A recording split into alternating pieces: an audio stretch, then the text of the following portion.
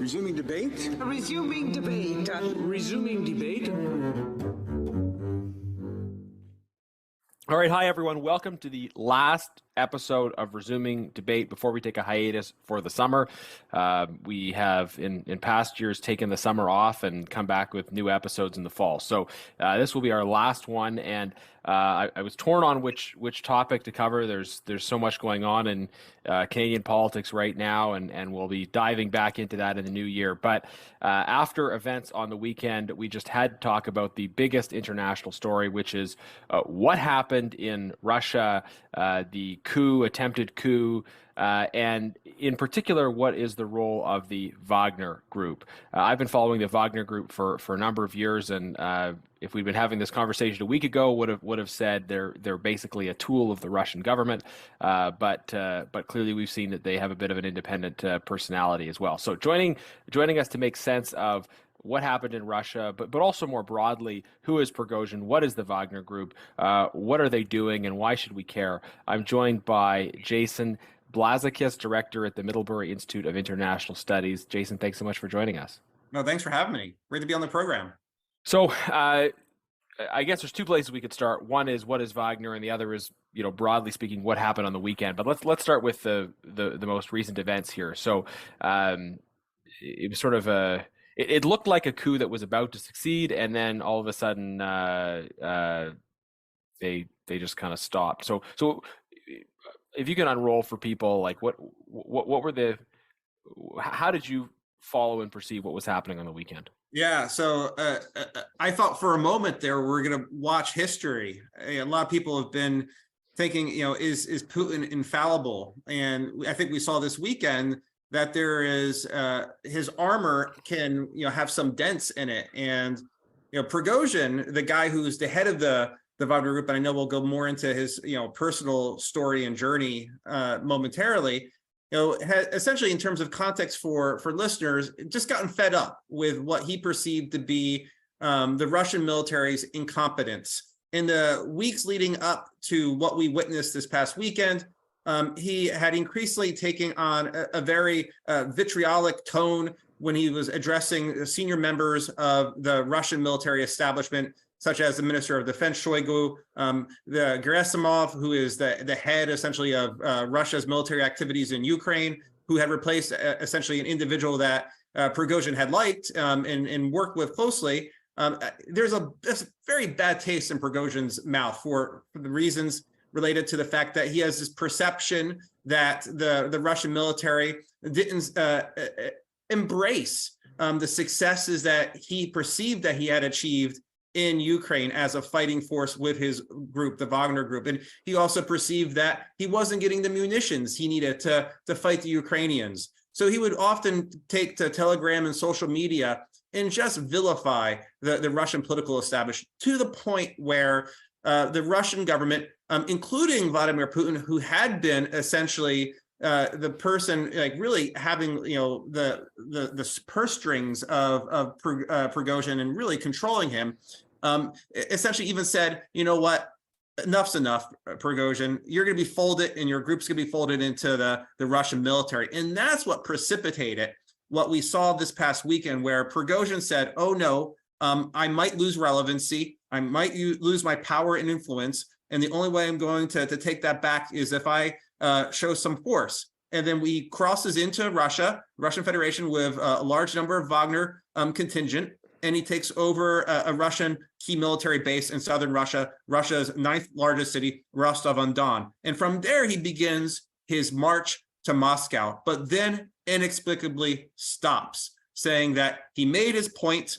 And along the way, he talked about the senselessness of the Russian Federation's invasion of Ukraine, saying essentially there were no fascists there. So also at the same time, he's undercutting the Russian Kremlin propaganda that's been put out over the last year and a half.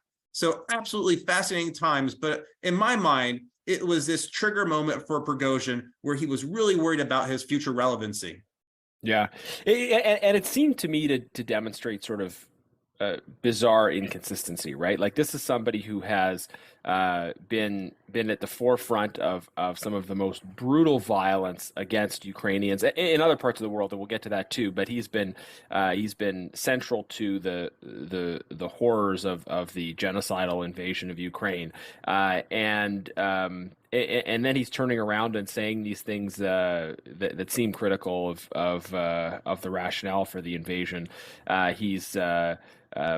He's reacting to the potential incorporation of the Wagner Group into the Russian military, but in the end, the deal he makes, a deal from what seemed like a position of relative strength, was to essentially accept that as happening. Like that's what is supposed to happen now, which is the incorporation of the Wagner Group into the Russian military, along with his own exile.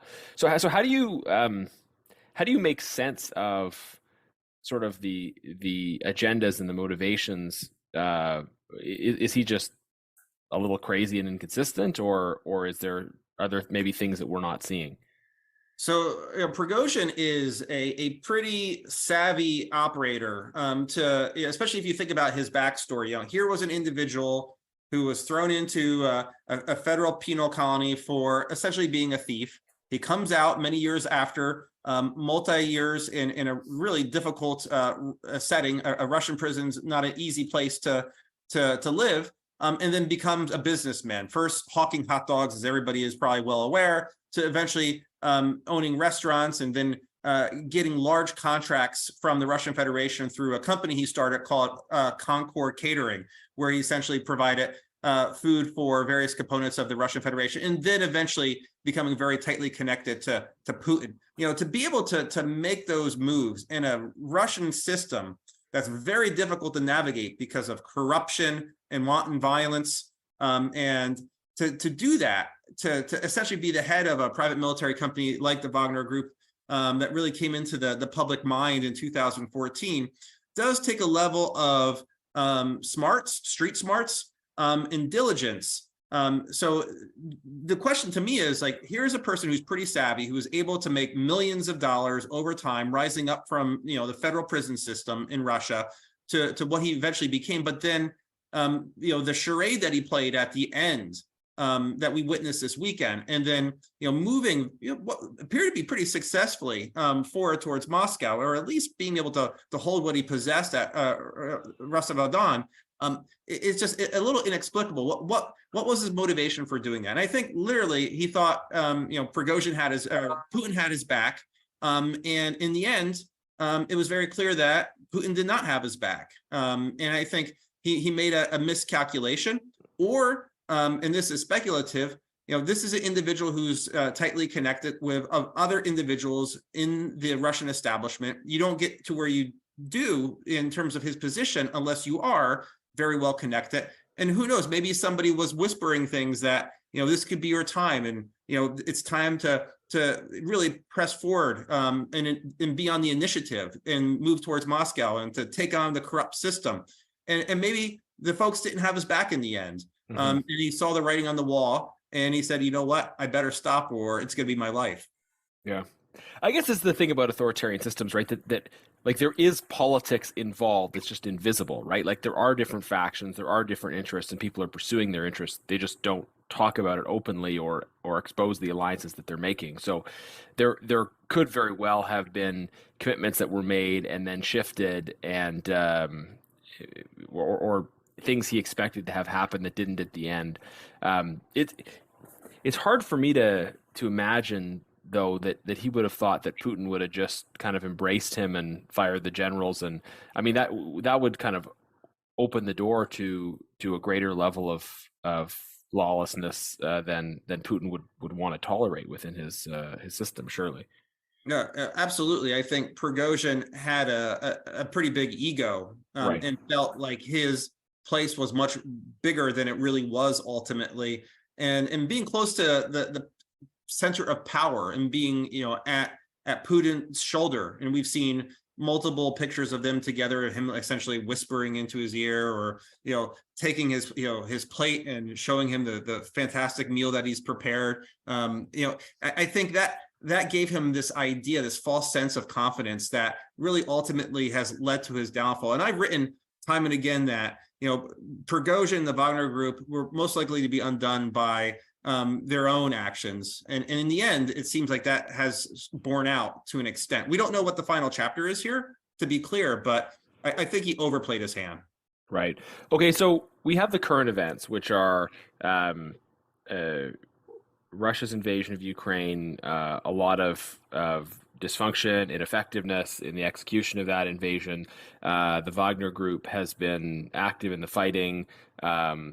Frustration. The Wagner Group is as a private military group hired to participate in that invasion and pursue other objectives for the Russian government. Then increasingly, their leader Prigozhin is speaking out. He leads this operation, this abortive coup into Russia. So I guess now let's go further into how we got here, right? You have this guy who he's a former criminal, current criminal in every sense, and who starts a catering business. It's going well. He starts a private military. But you don't just go and start a private military as an independent entrepreneur, right? Prigozhin was used by the Putin regime to create a kind of strategic tool for them. Is that right? And how did the Russian establishment go about deciding the Wagner Group would be a useful tool for them to use, and that Prigozhin was the guy? So back in 2014 is really when the Wagner Group came onto the map, when the Russian Federation illegally invaded Ukraine and annexed Crimea. We remember the pictures of the little green men at that time, individuals without any kind of insignia, just in green uniforms, wondering like who these people were. And this is part of an effort by the Russian Federation to show somehow that this was an indigenous effort within Ukraine, Russians who wanted to become part of Russia, not part of Ukraine. But really, in fact, it was a combination of Russian military forces, far right-wing groups, as well, that like groups like the Russian Imperial Movement and groups like the Wagner Group, who were there. And that's where I think it was recognized that a group like the Wagner Group that could provide some level of plausible deniability, at least back in 2014, over time, they lost that plausible deniability, could be useful for the Russian Federation to push forward its foreign policy and military objectives, not just in Ukraine as it did in 2014, but eventually over time in places like Africa. And then again, about a year and a half ago, when the second conflict began with the second invasion of the Russian Federation of Ukraine. And I think, Putin always had designs to go back into Ukraine. And he knew that once he did, that the West, specifically countries like the United States, Canada, the United Kingdom, and others would join together and push forward a very difficult sanctions package against the Russian Federation that would essentially blackball it from the international formal financial system. Putin knew that would happen because even in 2014, there were sanctions levied against the Russian Federation. So Putin, as sophisticated as he and his team are, unfortunately, thought to themselves, how can we continue to profit while those sanctions are deployed against us? And he felt very likely that a group like the Wagner Group could push forward a Russian Federation agenda overseas in places like Africa. And in the end, we did learn time and again in multiple countries, whether it's Sudan, the Central African Republic, Mali, amongst other places, in Syria, for example, as well, that the Wagner Group would engage in government, essentially agreements, gain concessions from that government for the provision of security on paper, and then get natural resources. And those natural resources could find their way back to the Russian Federation to essentially fuel the war effort. Because the Wagner Group, as we know from the second time in terms of the conflict in Ukraine, went back in and were a very significant fighting force. How did they fight? They needed weapons, they needed uniforms, things that they could essentially pay for by their operations that were happening overseas. So I think this is the story of the Wagner Group, and it's an important component of it because it relates to the financial wherewithal of Wagner. And there's no question that Wagner is funneling some of those funds back to the Russian Federation for the war effort in Ukraine. Fascinating. So the Wagner Group, it's not only a tool of foreign policy and the advancement of Russia's physical interest, but it's actually a revenue generating tool for the Russian government. Absolutely, it's a tool of economic statecraft for the Russian Federation. Yeah, that's fascinating. So there was this idea that to create this tool, and it has been active in the fighting in Ukraine. Does it kind of fight in an integrated way with Russian soldiers? Is it kind of like we're going to deploy the Wagner Group in this town separately from like what's its level of operational integration, and does it do the same with other militaries or just with the Russian military? So, it has a level of autonomy that allows for the Wagner Group to push forward in certain areas of Ukraine. But of course, that requires a level of coordination. And I think this is also getting back to our earlier conversation. This is the source of the frustration, the belief that Prigozhin had that the Russian Federation wasn't significantly or aptly coordinating with his folks on the ground. And that's why they were sustaining such terrible losses. So on paper, yeah, they're supposed to be part of a larger integrative Russian Federation effort in Ukraine. But in practice, there was a lot of confusion very clearly about how the Wagner Group would deploy as part of a broader force. And to an extent, it ultimately was doing a lot of things on its own. So here, again, I think Wagner is a story of Russian incompetence in the context of how it utilized, perhaps effectively, a pretty sizable fighting force because it wasn't as well integrated as it could be into the Russian effort in Ukraine. So here, I think a story of confusion. Overseas, I think it's a little bit more clear from country to country. It's very clear that the Wagner operatives are providing security services, essentially protective like security services like the Secret Service would to senior officials in places like the Central African Republic. The Wagner Group is absolutely doing that. And then the Wagner Group is also ostensibly, at least on paper, trying to fight jihadists in a number of countries. For instance, there is a very significant presence of ISIS and Al-Qaeda in a country like Mali. And on paper, the Wagner Group is supposed to be fighting ISIS and Al-Qaeda in Mali. But in practice, what we've seen time and again is that, where they should be fighting ISIS and Al-Qaeda, what they're doing instead is killing civilians who might have, say, artisanal gold mines in a place like Mali, instead of doing the work that they were signed up to do. And in result, we see these horrible human rights atrocities. But they're doing things jointly, in the case of Mali, with Mali armed forces. So to an extent, oddly as it may sound, perhaps they are more integrated into these other countries' military or security systems than they have been with Russia in the context of its efforts in Ukraine. So in terms of the story in Africa, right? This is happening against the backdrop of kind of a desire for some of these countries in French West Africa to move away from French influence and to maybe change some of their alignments. So what's the backstory in terms of kind of the perspectives of African governments and the challenges they face, and what are the areas where Western policy maybe can do better inviting these countries into our sphere of collaboration? It's a great question. And I think one place to start in the context of responding is to think about who has provided historically foreign assistance and military assistance to places like Mali. And obviously the French have had a very significant footprint. I remember from my time when I used to work at the State Department, we worked very collaboratively with the French to actually propose designations of terrorists associated with groups like Ansar al-Din and the Movement for Unity and Jihad in West Africa that were causing significant instability in Mali. And we worked with the French to propose those listings at the United Nations so we could actually tackle those groups in any number of ways, to include financially trying to target their finances. And that was a collaborative effort. In those days, Mali was, on board with these activities. But if you think about the situation in Mali, about 2 years ago, they had a military coup.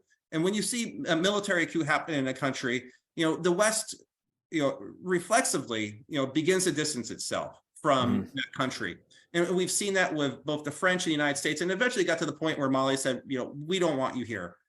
So there is no significant security or military assistance coming from the West. So from Mali's perspective, there is a security vacuum that now exists, where there have been some dependency on the French and the Americans for providing security assistance to tackle terrorism, and they're not there anymore.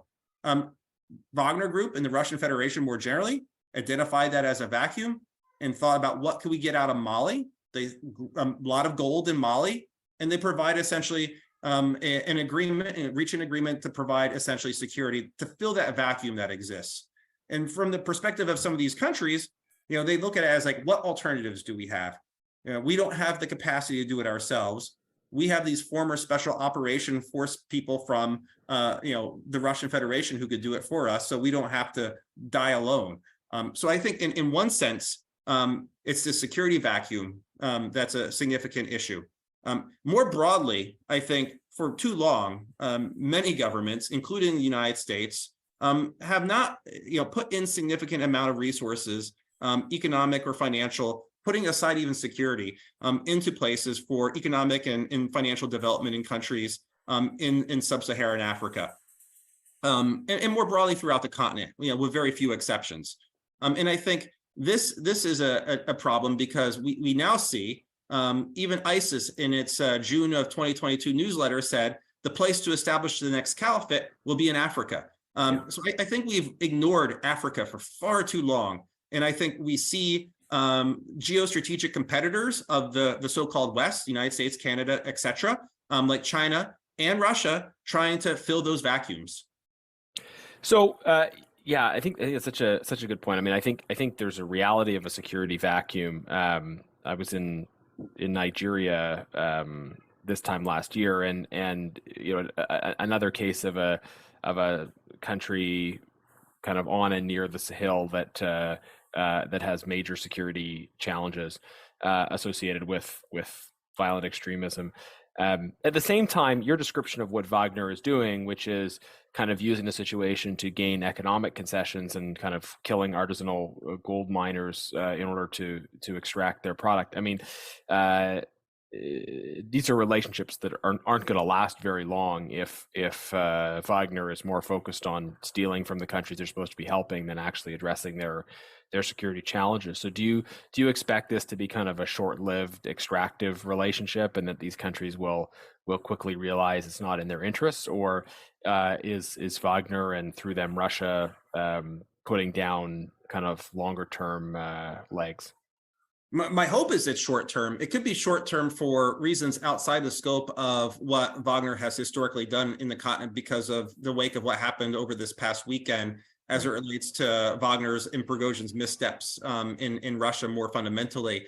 But I do think there have been, unfortunately, well documented an uptick in terrorist successes by groups like ISIS and Al-Qaeda in the Sahel. And that's happening because the Wagner Group is not doing what it promised. And it's really unsustainable if they're going to also kill the civilians while ISIS and Al-Qaeda are killing the civilians.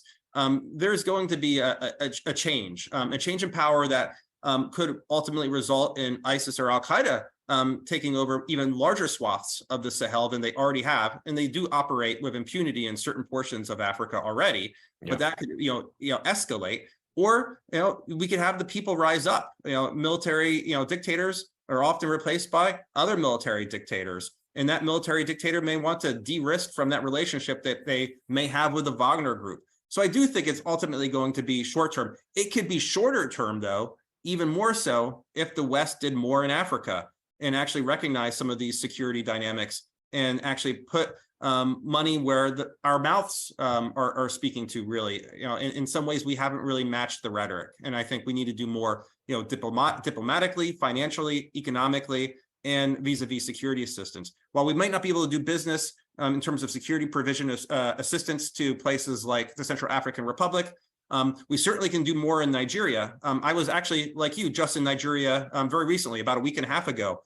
And there you have a partner there potentially that wants to do more to fight extremism. And I was there trying to work with the Nigerian government, and it will be over the next 2.5 years, to work with them to think about strategies to counter illicit financial activities that groups like Boko Haram or ISIS in West Africa are engaged in. So I think focusing essentially the countries around these other countries that we do see Wagner present might be an area to essentially limit the Wagner Group's potential growth. And over time, potentially, by having robust partnerships with other countries in the region, that could spill over in a positive way to countries maybe ultimately like Mali and the Central African Republic at some future point. Yeah, great point. So what happens to that Wagner footprint in Africa now? As I understand, coming out of the coup attempt, Wagner is effectively being shut down. The Wagner fighters are going to be absorbed into the Russian Federation traditional military. Is the thinking that the Russian military will now take over and continue to do these activities in Africa? Because that's maybe a step further, right? To have there has been this sort of plausible deniability, although less and less plausible deniability around Wagner, but it's probably a step further to have direct engagement with Russian forces. So what do you think is going to happen there? So in the short term, I think it's going to remain very likely the relationships that exist right now in place, because it's going to take some time to manage a transition of essentially, if it's going to be the Russian Federation taking over those assets in those relationships, that is a process that's going to require diplomacy and engagement and a turnover. And whether or not Prigozhin and those who report to them and to him will be willing to do that, I think is an open question. So I'm not sure if they're going to be cooperative because those relationships that are happening in Africa, not only relate to the diversion of resources, but the creation of front companies. And there's going to be individuals like accountants and lawyers and auditors who probably have the best fidelity on what those business relationships look like. And who those individuals are may be unknown to the Russian Federation. And they're going to need to know who those people are. They're going to need Prigozhin to cooperate. Otherwise, it might be really difficult to absorb those assets in an efficient manner. So I see that as something that could happen in the mid-run or to the long run. It's going to take some cooperation. And perhaps, this is a reason why Prigozhin is still alive, because the Russian Federation sees that it has great access to resources. You kill Prigozhin off, you might not be able to unwind precisely where those resources are and who are the people that control the assets and the money and know how it all works, right? So in that sense, I think when you have a sophisticated criminal enterprise like what Prigozhin created, it's going to take some delicate work on the Russian Federation's front side to actually take that over, that enterprise. Fascinating. So there's going to be a kind of gradual unwinding of Wagner and moving it of its assets into the Russian Federation. How will that affect Russia's fighting effectiveness in Ukraine, its financial position overall? Can we expect that that the confusion around this, the destruction of some hardware in the course of this coup, and the process that's going to be required for reintegration, is that going to create an opening for a more successful counteroffensive than there might have otherwise been? And from a Ukrainian perspective, where is this going? Yeah, so from a Ukrainian perspective, they've had some limited success on the counteroffensive in the east, but less so in the south. But I will say, when you take tens of thousands of individuals potentially off of the Russian chessboard as it relates to Wagner assets, it does provide a potential opening for the Ukrainians to take advantage of, because that reintegration process is going to take some time. Just as you say, it's not going to happen overnight, just as if the reacquisition of Wagner assets in Africa won't happen overnight. So there is, I think, a window here. It could be a few months. It could be even longer for the Ukrainians to take advantage of. And it's going to be incumbent upon the Russian Federation to show stability at this point in time. And I think that's why they trotted out Shoigu, to make a public appearance to present to the Russian public that things are okay, that things are moving forward. There's some stability. The reasonable people have taken over again, right? So Whether or not that's going to be, truly the case, I think is an open question. And, whether or not it is the case or not, it's going to take some time for the Russians to repair the harm that's been done by Prigozhin's moves. Mm-hmm. Okay, so it's a kind of net loss. The internal conflict is a net loss for Russia, and likely provides some opportunities for Ukraine in the time that any reorganization will take. Now, before the weekend, many people, I know you were on the record saying this, I've said it as well, that Wagner should be listed as a terrorist organization. And I think the Canadian and the U.S. legal frameworks around listing terrorist organizations are relatively similar. You have an additional option of a transnational criminal enterprise, which I think has been used in the case of Wagner. Does any of that change now, coming out of, given the likely winding down of Wagner? Does it maybe, what should we do the same or differently on that front? It's a question. I testified to the Helsinki Commission in Congress on this very issue, and have long been an advocate for the prescription or designation of the Wagner Group as a terrorist group, and even went to the United Kingdom, testified to Parliament, and they apparently were getting very close to such a decision. On the one hand, I think it might be easier, politically speaking, to pursue that now more than ever before, because obviously, the Russian Federation may not even oppose it, right? And there was this concern that you would be upping the ante by labeling the Wagner Group as a terrorist group, and we all know it's very closely connected to the Russian Federation. And there were some who were arguing against labeling the Wagner Group as a terrorist group, because the next question becomes, is Russia a state sponsor of terrorism? And that's another tool both Canada and the United States actually can deploy. This is, the work I used to do at the State Department was sanctioning terrorists and working on the state sponsor of terrorism list. So there was some reticence, I think, in the Biden administration to pursue that, because of the perception that it could limit options diplomatically in engaging with the Russian Federation. I think now, given what just happened, that potential irritant no longer exists. Now, the new question becomes, what is Wagner moving forward? Wagner is not defunct. The Russian Federation would love it to be defunct, and they might move in that direction to try to make it a defunct organization. But I do see the possibility of Wagner remaining as an organization, maybe under a new name. The one thing I learned from designating terrorists in my time in government is, when you sanction a terrorist, one of the things that they love to do is change their name. We've seen it with groups like Lashkar-e-Taiba in Pakistan. They changed their name to Jama ad-Dawa, Falah Ansaniat Foundation. The one thing we need to watch for in the future is whether or not Wagner tries to rebrand itself. In the interim, I think we should still continue to use every tool in our toolkit and not make the assumption that this is going to be a dormant or defunct group. I think that would do a disservice to those who have thought about ways to try to counter the group effectively. And it still has a presence in Africa. It's not going to stop its operations. And I think for that reason, if nothing else, the designation of the group, because it truly is a terrorist group carrying out politically motivated acts of premeditated violence against civilians. That is like the quintessential definition of terrorism. So insofar as it continues to exist then in this kind of potentially declining, rebranding, integrating phase, is Prigozhin still running the show, or do you expect others to come in and take control of whatever's left? Yeah, a lot of it depends on Prigozhin's ability to communicate while in exile in Belarus, and I think that's a really an open question of how much autonomy or flexibility Lukashenko is going to give him, and I don't know the answer to that question. I think we have to assume that Prigozhin is going to have his connections within the broader organization, even outside of Belarus, and has a way to communicate with his assets overseas. And he's, a very wealthy guy. So, Belarus, like Russia, is a very corrupt place.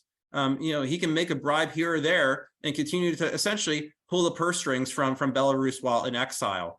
The question becomes, to me, how effective will he be trying to steward the group while in exile? And I don't know, because he's very much a hands-on person, right? We saw him in Ukraine. He's traveled, throughout Africa time and again.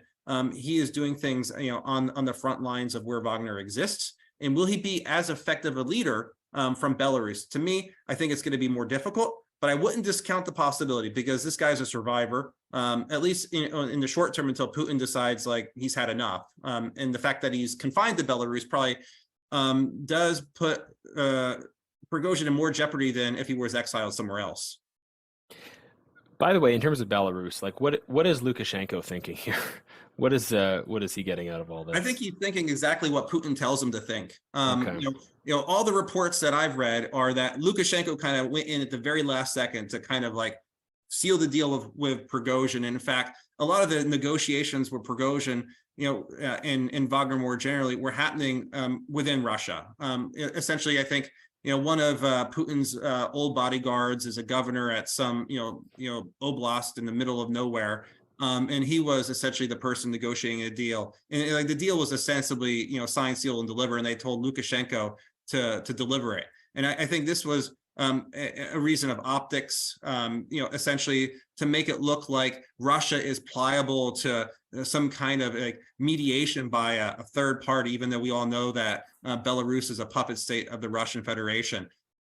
So I imagine, Lukashenko is saluting and just telling Putin, I'll do whatever is necessary. And I think that's why he took some role and was willing to essentially host Prigozhin, at least in the short term. And I think really my assessment is until they get a good idea of where all these assets are so they can recover them. Fascinating. I want to just summarize kind of some of the key facts, I think, and then ask you one or two more questions in the time that remains. So the Wagner Group is a terrorist organization. It has terrorist objectives. It uses terrorist methods, and it should still be thus designated, in spite of the fact that it is likely going to go through some semi-winding down rebranding phase because of its because of the fact that Prigozhin and the organization have in a very critical way pushed back against Putin, and we need to think about the role of Wagner and the role that Russia is trying to play in Africa and other parts of the world. So I wanted to ask you about the Wagner ideology. Is this a fascist organization, or is it a purely mercantile organization? And then also, do the events that have unfolded suggest that we are heading into a kind of multipolar politics in Russia? I think a lot of the discourse since the invasion of Ukraine has suggested that this has been a moment where Putin has really consolidated and shifted Russia from kind of authoritarian politics to more totalitarian politics. Are we seeing some rise of multipolarity again, where powerful magnates can challenge leadership and achieve some kind of objective? So on the ideology and the multipolarity pieces. Yeah, so the ideology of the group is really complex. At CTEC, the center that I run at Middlebury, we just actually issued a report on the ideology of the organization. And there are absolutely elements within the Wagner Group, very well-known, documented individuals like Dmitry Utkin, who is, very famously a commander within the Wagner Group that literally has SS and Nazi tattoos on his collarbone.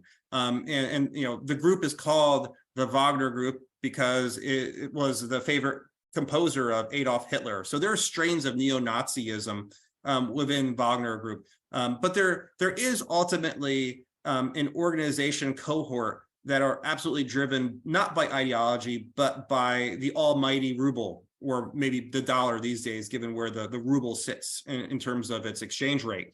But also you have individuals within the Wagner Group, as we documented in our paper, that really also embrace a form of what we've discussed as traditionalism that's connected to another individual who has a lot of influence and power within the Russian Federation by the name of Alexander Dugin. And essentially, these are individuals who think Russian Federation should go back to the times of essentially the monarchy, to this traditional state where religion and patriarchy rules supreme. Because I think there is a belief with elements of the Wagner Group that the current system is bloated and it's corrupt, and it's not efficient or effective. So a lot of people think they want to go back to the times of the Cold War communist Soviet Union. No, they want to go even further back in time than that. So there is elements of ideology that drive individuals within the organization. On the second question, I think it's a really fascinating question. What does this mean for the Russian Federation's political system moving forward?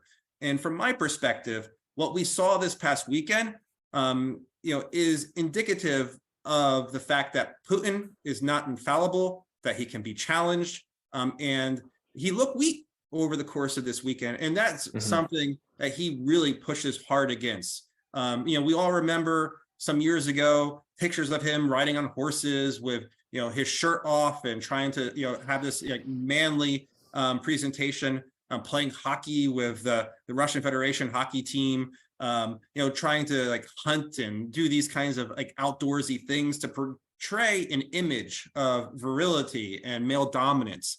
And I think what Prigozhin did was essentially show that he could be neutered. And there's probably going to be no shortage of individuals who have a lot of wealth and power and influence who think they could be the next great thing for the Russian Federation. So Putin needs to watch his back. He like Prigozhin, though, is a survivor. So I'm not going to underestimate his capability to remain in power. But I think his power is a little less strong than it was, 5 days ago. Fascinating stuff. Jason, thank you so much for joining us. This has been a great conversation about a really important issue, I think, for our own security, for the security of the world, and for our brothers and sisters in Ukraine who are fighting for democracy and freedom for theirs and ours. So, Jason, thanks for bringing us all up to speed on the Wagner Group. Thanks, everyone, for listening. We are taking a break from resuming debate for the summer, but please do leave a review. If you're missing us over the summer, you can go back and listen to some old episodes, and we will be back starting in September with some more content for you.